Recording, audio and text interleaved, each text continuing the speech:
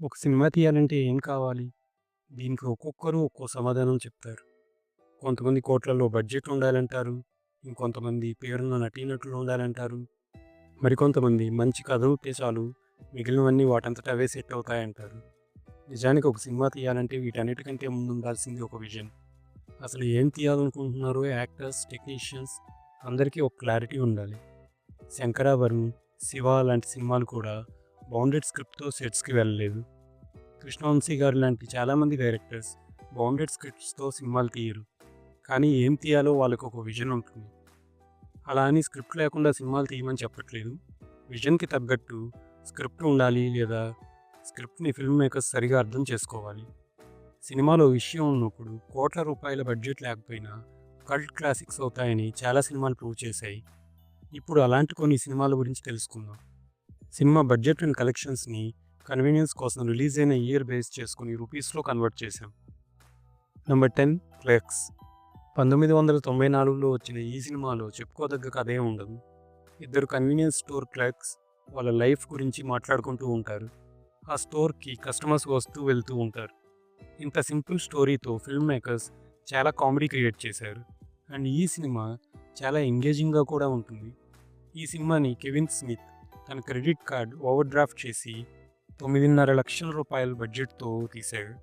Box office దగ్గర సుమారు 10 కోట్లు కలెక్షన్స్ తీసుకురావడమే కాకుండా ఒక కల్ట్ క్లాసిక్లా నిలిచింది. నంబర్ 9, పై. 1998లో డారెన్ అరోనోఫ్స్కీ ఈ సినిమాని కేవలం 28 లక్షల రూపాయల బడ్జెట్తో తీస్తే బాక్సాఫీస్ దగ్గర 13 కోట్ల 20 లక్షల రూపాయల కలెక్షన్స్ తీసుకొచ్చింది.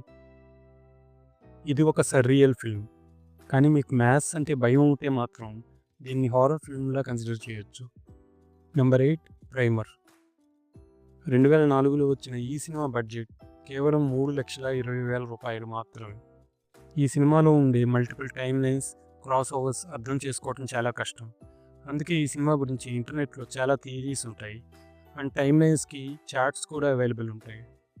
ఇంటర్నెట్లో డిస్కషన్స్ తర్వాత ఈ సినిమా ఒక కల్ట్ క్లాసిక్లా నిలిచింది. Number 7, evil dead. 1981లో వచ్చిన ఈ హారర్ కామెడీ తర్వాత హాలీవుడ్లో క్యాబిన్ ఇన్ ద వుడ్స్ థీమ్తో చాలా హారర్ మూవీస్ వచ్చాయి. తెలుగులో కూడా 4-5 రీమేక్స్ చేశారు. కానీ ఇవన్నీ ఇండీ ఫిల్మ్స్ అవటం వల్ల వాటి గురించి ఇంటర్నెట్లో ఇన్ఫర్మేషన్ దొరకడం చాలా కష్టం. ఈ సినిమా చాలామంది ఫిల్మ్ మేకర్స్ని ఇన్స్పైర్ చేసింది. బాహుబలి సినిమాలో బల్లాలదేవ రథం లాంటి కార్ కూడా ఈ ఫ్రాంచైజీలో ఉంటుంది. కాకపోతే బాహుబలి టీం ఆ కాన్సెప్ట్ని మహాభారత యుద్ధం నుండి తీసుకున్నాం అని క్లారిఫికేషన్ ఇచ్చారు. సిమిలారిటీస్ అయితే డెఫినెట్గా ఉన్నాయి. ఒక ఇండీ ఫిల్మ్లా వచ్చిన ఈవిల్ డెడ్ ఇంటర్నేషనల్ ఎక్స్పోజర్ తర్వాత ఒక కల్ట్ క్లాసిక్ అయిపోయింది. ఈ సినిమా ఇన్ఫ్లుయెన్స్ అయితే వరల్డ్ సినిమా మీద ఇప్పటికీ ఉంది. Number 6, night of the living dead. Zombie ఫిల్మ్స్కి వరల్డ్ వైడ్గా ఉన్న డిమాండ్ తెలిసింది. నైట్ ఆఫ్ ద లివింగ్ డెడ్తో జాంబీ ఫిల్మ్స్కి కల్ట్ ఫాలోయింగ్ స్టార్ట్ అయింది. 1968లో వచ్చిన ఈ సినిమాని ఫిల్మ్ మేకర్స్ కాపీరైట్ చేయకుండా పబ్లిక్ డొమైన్లో పెట్టేశారు. లేకపోతే ఇంకా ఎక్కువ ప్రాఫిట్స్ వచ్చేవి. హాలీవుడ్లో రిపిటేషన్ వల్ల సాచురేట్ అయిపోయింది, కానీ జాంబీ ఫిల్మ్స్కి ఉన్న ఫాలోయింగ్ మాత్రం ఇంకా తగ్గలేదు. ఏదైనా యూనిక్ థీమ్ సెట్టింగ్తో జాంబీ ఫిల్మ్ వస్తే చూడటానికి ఫ్యాన్స్ ఇప్పటికీ రెడీగా ఉన్నారు. Number 5, mad max. 1979లో కేవలం 29 లక్షల రూపాయల బడ్జెట్ తీసిన ఈ సినిమా 81 కోట్లు కలెక్షన్స్ తీసుకొచ్చింది. అప్పట్లో ఈ సినిమా బడ్జెట్ టు ప్రాఫిట్ రేషియోలో గిన్నీస్ బుక్లో స్థానం సంపాదించింది.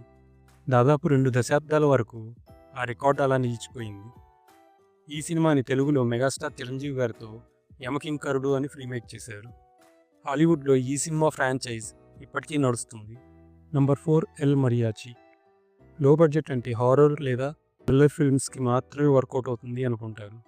యాక్షన్ మూవీస్ తీయాలంటే చాలా ఎక్కువ క్యాస్ట్ అండ్ క్రూ ఉండాలి. కానీ 1992లో వచ్చిన ఎల్ మరియాచి మాత్రం కేవలం 1,80,000 రూపాయలతో తీశారు.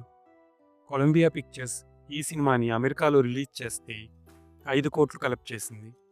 ఈ ట్రయాలజీలో వచ్చిన మెక్సికన్ గ్యాంగ్స్టర్ ఫిల్మ్స్ అన్నీ కలిపి సుమారు 500 కోట్ల రూపాయలు కలెక్ట్ చేశాయి. ఇండీ ఫిల్మ్ మేకర్స్ తక్కువ బడ్జెట్లో సినిమా ఎలా తీయాలో అర్థం చేసుకోవటానికి ఈ సినిమాని ఒక రిఫరెన్స్లా చూస్తారు. Number 3, the Blair which project. ఒక ప్రోడక్ట్ అమ్మాలంటే మార్కెటింగ్ క్యాంపెయిన్ ఎంత ఇంపార్టెంట్ అనేది ఈ సినిమాని చూస్తే అర్థమవుతుంది. ఒక ప్రాజెక్ట్ కోసం అడవిలోకి వెళ్ళి కనపడకుండా పోయిన వాళ్ళ కెమెరాలో దొరికిన ఫుటేజ్ని ఎడిట్ చేసి థియేటర్లో రిలీజ్ చేస్తున్నాం అని ప్రమోట్ చేశారు. సో చాలామంది స్క్రీన్ మీద సినిమా చూస్తున్నప్పుడు ఇదంతా నిజంగా జరిగిన ఇన్సిడెంట్స్ అని నమ్మారు. ఇక ఈ సినిమా ఇంపాక్ట్ ఏ రేంజ్లో ఉందో మీరే ఊహించుకోవచ్చు. కేవలం 15 లక్షల రూపాయల బడ్జెట్తో తీసిన ఈ సినిమా స్టూడియో అక్వైర్ చేసిన తర్వాత ఓవరాల్గా 2-3 కోట్ల రూపాయల బడ్జెట్తో రిలీజ్ అయింది. ఈ సినిమా క్లోజింగ్ కలెక్షన్స్ సుమారు 1000 కోట్ల రూపాయలు. ఈ సినిమా ఫౌండ్ ఫుటేజ్ అనే యునిక్ జాన్రాని కూడా పాపులర్ చేసింది.